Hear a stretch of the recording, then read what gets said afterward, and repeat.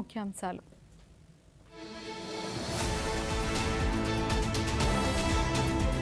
ప్రధానమంత్రి నరేంద్ర మోదీతో అమెరికా విదేశాంగ శాఖ మంత్రి మార్కో రూబియో భేటీ.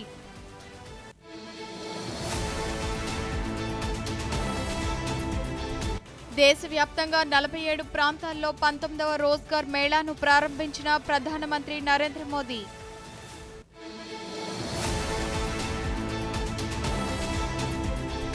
చిత్తూరు జిల్లా కండ్రిగలో సంజీవని ప్రాజెక్టును ప్రారంభించిన ముఖ్యమంత్రి చంద్రబాబు నాయుడు.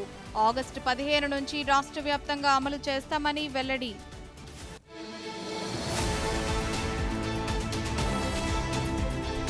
వికసిత్ భారత్ లక్ష్య సాధనలో యువత పాత్ర కీలకమన్న కేంద్ర రైల్వే సమాచార ప్రసార శాఖ మంత్రి అశ్విని వైష్ణవ్.